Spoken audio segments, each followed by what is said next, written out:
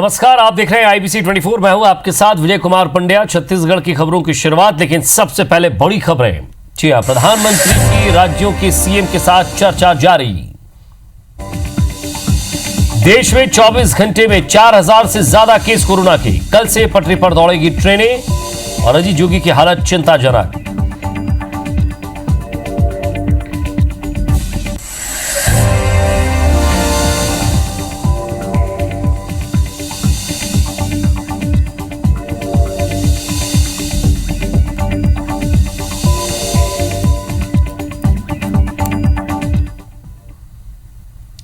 चलिए खबरों की तरफ लौटते हैं। पीएम मोदी की मुख्यमंत्रियों के साथ बैठक जारी है। 5 राज्यों की सीएम ने लॉकडाउन बढ़ाने का समर्थन किया है।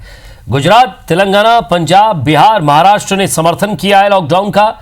सीएम भूपेश बघेल और सीएम शिवराज सिंह चौहान भी शामिल हुए थे बैठक में। गृहमंत्री अमित शाह, रक्षा मंत्री राजनाथ सिंह भी बैठक में मौजूद हैं। बैठक में सीएम भूपेश बघेल ने कई सुझाव भी दिए हैं। उन्होंने कहा कि राज्यों को आर्थिक गतिविधि संचालन का अधिकार मिले, मनरेगा में 200 दिनों की मजदूरी दी जाए। सीएम भूपेश बघेल ने कहा कि 30,000 करोड़ रुपए की आर्थिक सहायता मिले और ट्रेन और हवाई सेवा से पहले राज्यों से राय ली जाए। राज्य तय करें कि रेड, ग्रीन और ऑरेंज जोन कैसे हों, कहां हो। भूपेश बघेल ने लॉकडाउन से बाहर आने की रणनीति बनाने की बात की।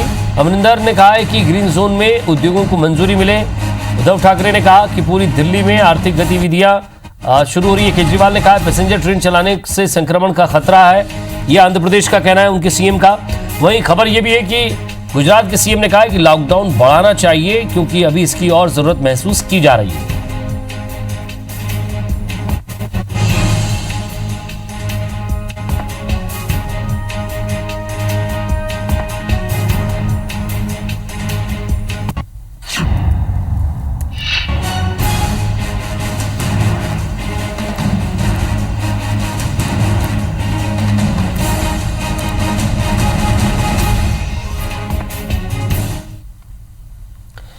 और इधर कोरोना काल में फंड पर राजनीति शुरू हो गई है। छत्तीसगढ़ के बीजेपी नेताओं ने पहले सीएम राहत कोष में डाले गए पैसों की जानकारी मांगी, जिसके बाद मुख्यमंत्री भूपेश बघेल ने ट्वीट करके जानकारी दी कि इस कोष में 56 करोड़ 4,38,815 रुपए की राशि जमा हुई है।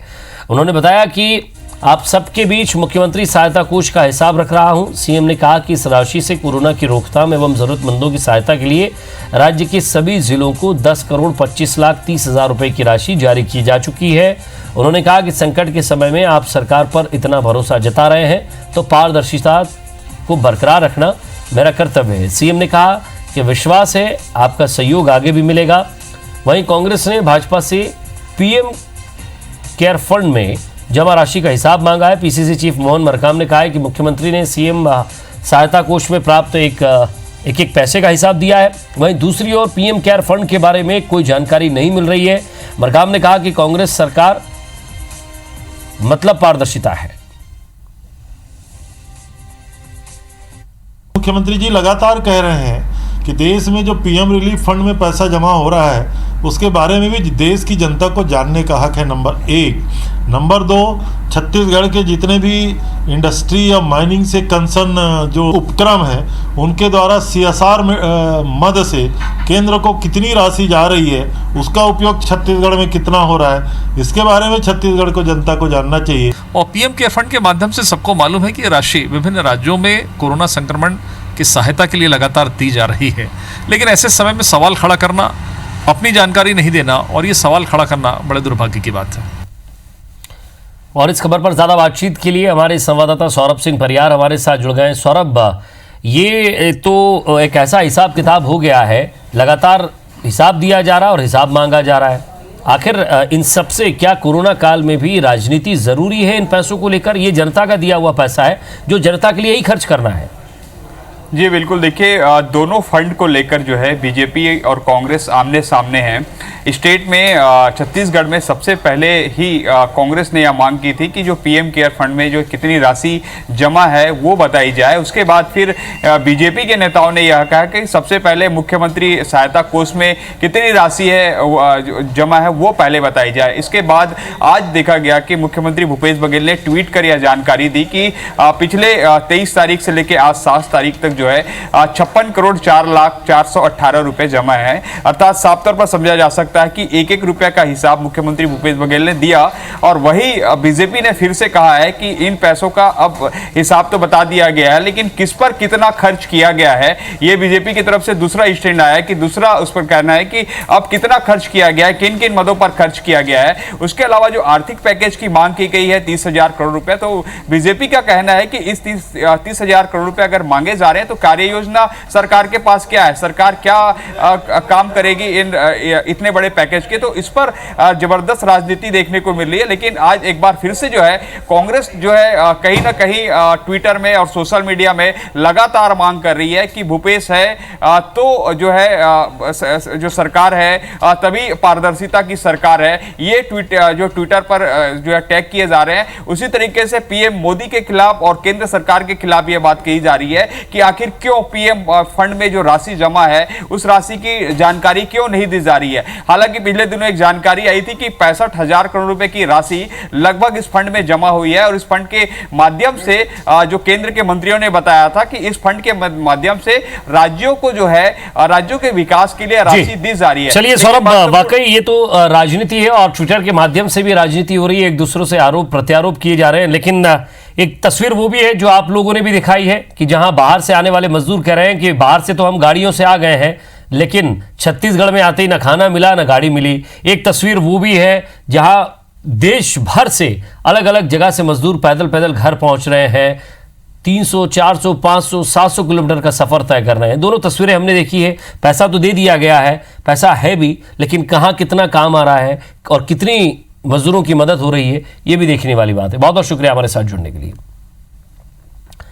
और इधर छत्तीसगढ़ में प्रदेश सरकार पिछले 16 महीने में 17,700 करोड़ रुपए का कर्ज ले चुकी है। ये जानकारी भाजपा के वरिष्ठ विधायक शिवरतन शर्मा ने ट्वीट करके दी है और आशंका जताई है कि यह कर्ज जनता से टैक्स के रूप में वसूला जाएगा।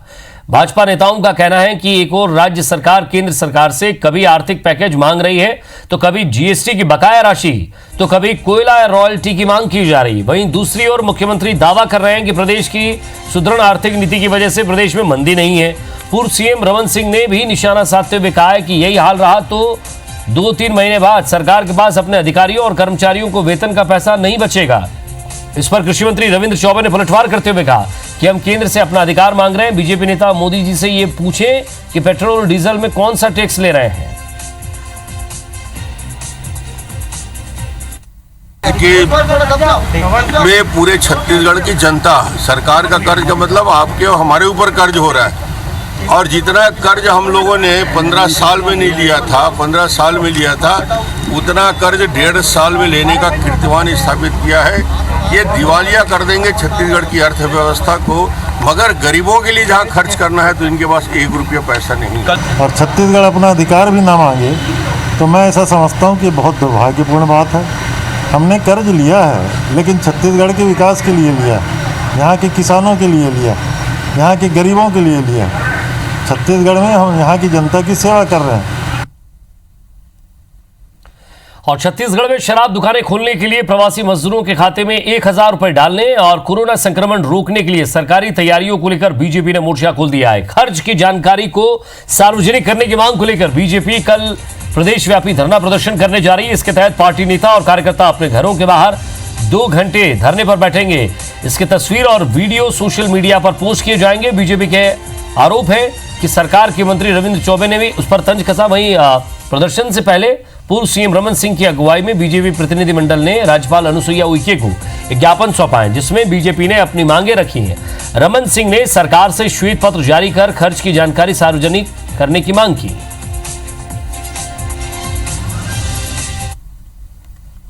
कि सरकार किस प्रकार निर्दयता पूर्वक लगातार 40-50 दिन से बयानबाजी ही कर रही है और पैसे मांगने के लिए एक कीर्तिमान स्थापित कर दिया। छत्तीसगढ़ के मुख्यमंत्री ने 22 पत्र, रोज एक पत्र लिखते हैं, मगर जो प्राथमिक जवाबदारी है उस जवाबदारी से भागने का काम भूपेश बघेल ने किया है। इस पूरे दिनों में उन्होंने ये नहीं सोचा कि एक बार विपक्ष के साथ बैठकर, सभी विपक्षी दलों के साथ बैठकर अपने बनाए हुए कार्य योजना के बारे में जानकारी हमको दें, हमसे को विश्वास मिले।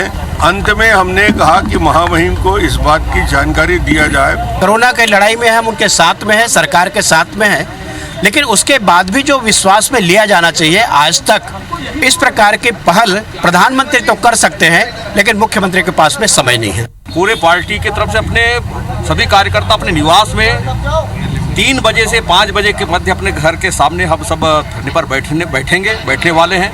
और उसके साथ ही साथ यहाँ पर जो किसानों का जो स्थिति, आप धान खरीदी की जो समय सीमा 20 फरवरी तक का समय था, अपने 3-4 दिन पहले जब टोकन जारी होने के बाद भी उन धान नहीं खरीदा गया। उस धान खरीदी के साथ साथ अंतर की जो राशि है उसको भी तत्काल दिया जाना चाहिए, ये भी मांग है। के ऊपर तरस आता है, उनको अगर किसी भी प्रकार की कोई आपत्ति है तो सबसे पहले इस देश के प्रधानमंत्री जी को उन्होंने चिट्ठी लिखना चाहिए, उनको अनुरोध करना चाहिए कि आखिर मदिरालय खोलने का निर्णय एडवाइजरी में केंद्र सरकार ने क्यों जारी किया और मंदिर देवालय को बंद रखने का निर्देश उन्होंने क्यों जारी किया। और छत्तीसगढ़ के किसानों को धान एमएसपी की अंतर की राशि जल्द मिलने वाली है और ये राशि किसानों को राजीव गांधी न्याय योजना के तहत मिलेगी। योजना को 13 मई को होने वाली भूपेश कैबिनेट की बैठक में हरी झंडी मिलने वाली है। कैबिनेट में कोरोना और लॉकडाउन समेत दूसरे अहम मुद्दों पर भी चर्चा होगी। वही संभव है कि राजीव गांधी न्यास योजना की शुरुआत 21 मई को पूर्व प्रधानमंत्री राजीव गांधी की पुण्यतिथि से हो सकती है। कृषि मंत्री रविंद्र चौबे ने बताया कि सरकार किसानों के हित में काम कर रही है और इसी महीने से किसानों को धान एमएसपी की अंतर की राशि दी जाएगी। चौबे ने बताया कि प्रदेश के 19 लाख किसानों के बैंक खाते में 6100 रुपए की राशि डाली जाएगी। वहीं बीजेपी का कहना है कि सरकार किसानों को एमएसपी की एक मुश्त राशि दी। मई माह में ही किसानों के खातों में सीधा धान के अतिरिक्त जो राशि है राजीव गांधी किसान न्याय योजना के तहत उनके खातों में जाना शुरू हो जाएगा। अब तारीख, तिथि और समय थोड़े 1-2 दिन बाद आपको मालूम हो जाएगा। छत्तीसगढ़ में नमक समेत सभी तरह के खाद्य पदार्थों का भरपूर स्टॉक है और प्रदेश की जनता किसी तरह की अफवाह और झूठी खबरों पर ध्यान न दे। दरअसल नया रायपुर, बालोद, अवनपुर, राजनांदगांव समेत कई जगहों पर नमक की कमी की अफवाह और झूठी खबर आग की तरफ फैल रही थी, जिसके बाद नमक 50 रुपए किलो तक बेचने की कोशिश हुई।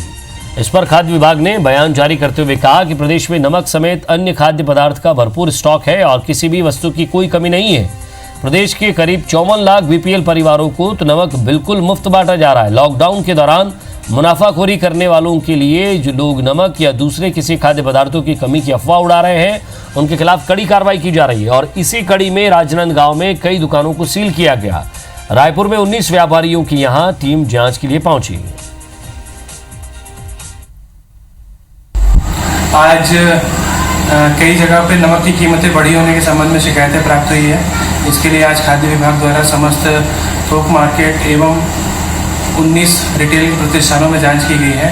नमक आवश्यक वस्तु के अंतर्गत आता है एवं नमक की कालाबाजारी एवं अधिक दर पर बेचने के संबंध में जो भी शिकायतें प्राप्त होगी उसके लिए कठोर से कठोर कार्रवाई की जाएगी। और अब खबर यह मिल रही है कि जो राज्यों के साथ मीटिंग चल रही थी प्रधानमंत्री नरेंद्र मोदी की, यानी कि पीएम की सीएम के साथ मुख्यमंत्रियों के साथ जो बैठक चल रही थी, बैठक खत्म हो गई है।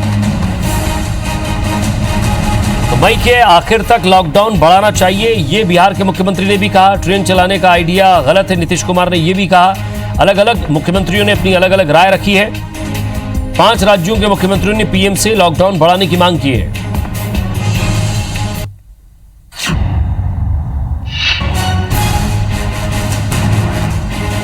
इधर केरल की सीएम पी विजयन की मांग है कि रेड जोन छोड़कर दूसरे इलाकों में मेट्रो सेवा शुरू हो। महाराष्ट्र, तेलंगाना, पंजाब 6 राज्यों की सीएम ने लॉकडाउन बढ़ाने की मांग की।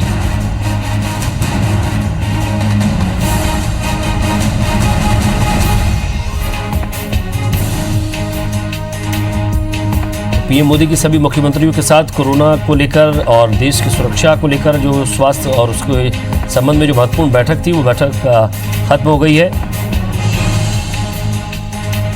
कई राज्यों के मुख्यमंत्री ने कहा है कि लॉकडाउन अभी और बढ़ाने की जरूरत है।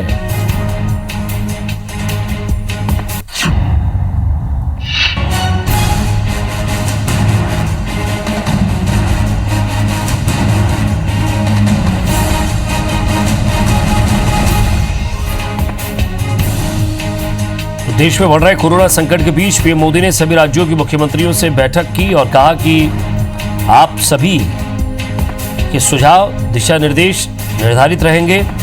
और इसी बीच जहां 5 से ज़्यादा राज्यों के मुख्यमंत्री ने मोदी से लॉकडाउन बढ़ाने की मांग की, तो गुजरात इसके पक्ष में फिलहाल नहीं दिखा।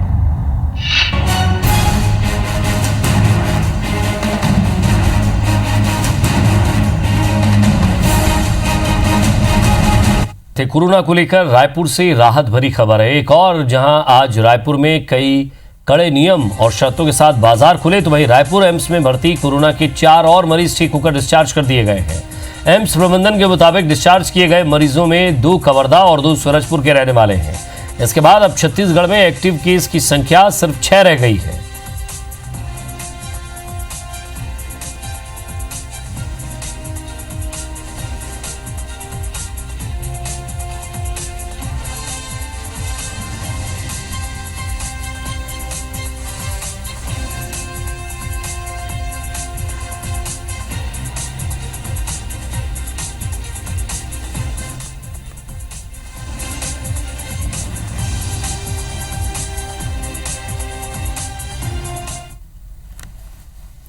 आगे बढ़ते हैं। कोरोना संक्रमण के डर से नक्सली भी महाराष्ट्र, मध्य प्रदेश, तेलंगाना और उड़ीसा की सीमा पार कर छत्तीसगढ़ में पनाह ले रहे हैं। बॉर्डर की नक्सल प्रभावित इलाकों से नक्सलियों के जमावड़े की सूचना छत्तीसगढ़ पुलिस को लगातार मिल रही है और इस सूचना के आधार पर छत्तीसगढ़ पुलिस नक्सल प्रभावित इलाकों में लगातार इंटेलिजेंस बेस्ड ऑपरेशन चला रही है। इसके तहत पिछले दिनों राजनांदगांव के मदनवाड़ा इलाके में ऑपरेशन चलाया गया था, जिसमें 4 इनामी नक्सली मारे गए थे। अभी बस्तर के कुछ इलाकों में इंटेलिजेंस बेस्ड ऑपरेशन चलाया जा रहा है। डीआईजी नक्सल ऑपरेशन का कहना है कि इन दिनों नक्सलियों का टैक्टिकल जो काउंटर है वो ऑफेंसिव कैंपेन चल रहा है और इस दौरान नक्सली अपने प्रभाव वाले इलाके में कई तरह की गतिविधियां करते हैं। इस वजह से छत्तीसगढ़ में नक्सलियों का मूवमेंट बना हुआ है। टैक्टिकल काउंटर ऑफेंसिव उनका चलता है, TCOC इसको बोलते हैं। और इस टैक्टिकल काउंटर ऑफेंसिव कैंपेन के दौरान उनके द्वारा अपना शक्ति प्रदर्शन भी किया जाता है एक तरीके से, और काफ़ी उनका मूवमेंट रहता है। ये हर साल का की प्रक्रिया है और इस दौरान फोर्सेस भी काफ़ी संख्या में ऑपरेशंस चलाती हैं और जैसे इंटेलिजेंस मिलता है हम लोग ऑपरेशंस करते हैं। और घर में पत्थरबाजी होने से परेशान पूर्व सांसद चक्रधारी सिंह ने पुलिस में शिकायत दर्ज करवाई है। जहां उन्होंने बताया कि अंबिकापुर में जोड़ा तालाब के पास उनके घर में रात के समय पत्थर गिरते हैं। पहले 2-3 दिन उन्होंने असामाजिक तत्वों की हरकत मानकर शिकायत नहीं की। उसके बाद जब लगातार पत्थरों के गिरने का सिलसिला जारी रहा तो उन्होंने शिकायत दर्ज कराई। उसके बाद 2-3 दिन का ये मामला शांत रहा। अब फिर से पत्थरबाजी शुरू हो गई है। आज मंत्री अमरजीत भगत खुद पूर्व सांसद के घर पहुंचकर पत्थरबाजी की घटना का जायजा लिया। साथ ही कलेक्टर को चक्रधारी सिंह के घर के आसपास टीम तैनात करने और पत्थरबाजों के खिलाफ सख्त कार्रवाई करने की बात कही। कौन तरफ से है? मकान अलग अलग है तो उसके छप्पर के ऊपर पत्थर गिरता था। 3-4 दिन से एक मकान में गिरा, तो इसके बाद 3-4 दिन बाद हो गया तो फिर दूसरे मकान में गिरने लगा। जब 5-6 दिन गुजर गया तो फिर लगा कि नहीं अब कुछ करना चाहिए, तो पुलिस में रिपोर्ट की है। अन्य चक्रधारी सिंह जी पूर्व सांसद हैं, उनके यहाँ कुछ लोगों के द्वारा पत्थरबाजी किया जा रहा है और कभी रात में कभी दिन में थाना में भी शिकायत किया गया है। कहा है कि यहाँ पर टीम लगाएं और कहाँ से पत्थर आ रहा है उसका पता करें और जो लोग भी शरारती तत्व हैं उनके खिलाफ सख्त कार्रवाई करें। दूसरे राज्यों से रायपुर की टाटीबंध चौक समेत अलग अलग जगहों में पहुंच रहे श्रमिकों की हालत बेहद खराब है। इसे लेकर IBC 24 ने प्रमुखता से खबर भी दिखाई, जिसका बड़ा असर हुआ। रायपुर कलेक्टर ने इस मामले में संज्ञान लेते हुए 29 अधिकारियों की 3 टीमों का गठन किया, जो 24 घंटे टाटीबंध चौराहे समेत अन्य निर्धारित जगहों पर तैनात रहेंगे और श्रमिकों की आने जाने की व्यवस्था देखेंगे। IBC 24 ने खबर दिखाने जाने के बाद कई लोगों से उनकी राय भी जानी। रायपुर पहुंचे लोगों से उनकी राय पूछी और अपने गृहग्राम जाने के लिए भटक रहे लोगों की खबर भी दिखाई, जिसके बाद जिला प्रशासन ने इस पर संज्ञान लिया है।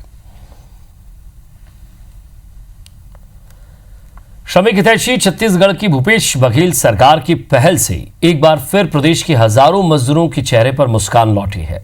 लॉकडाउन में लंबे समय से दूसरे राज्यों में फंसे मजदूरों को श्रमिक स्पेशल ट्रेन से वापस बुलाया जा रहा है।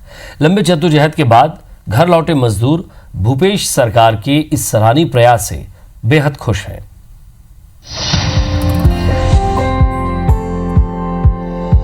श्रमिकों की ये मुस्कान और चेहरे पर सुकून बताने के लिए काफी है कि घर वापसी के बाद इन्हें कैसा लग रहा है। मुख्यमंत्री भूपेश बघेल की पहल के बाद जब पहली श्रमिक स्पेशल ट्रेन गुजरात से हजारों कामगारों को लेकर बिलासपुर रेलवे स्टेशन पहुंची तो प्लेटफॉर्म पर उतरते ही मजदूरों की खुशी देखते ही बनी।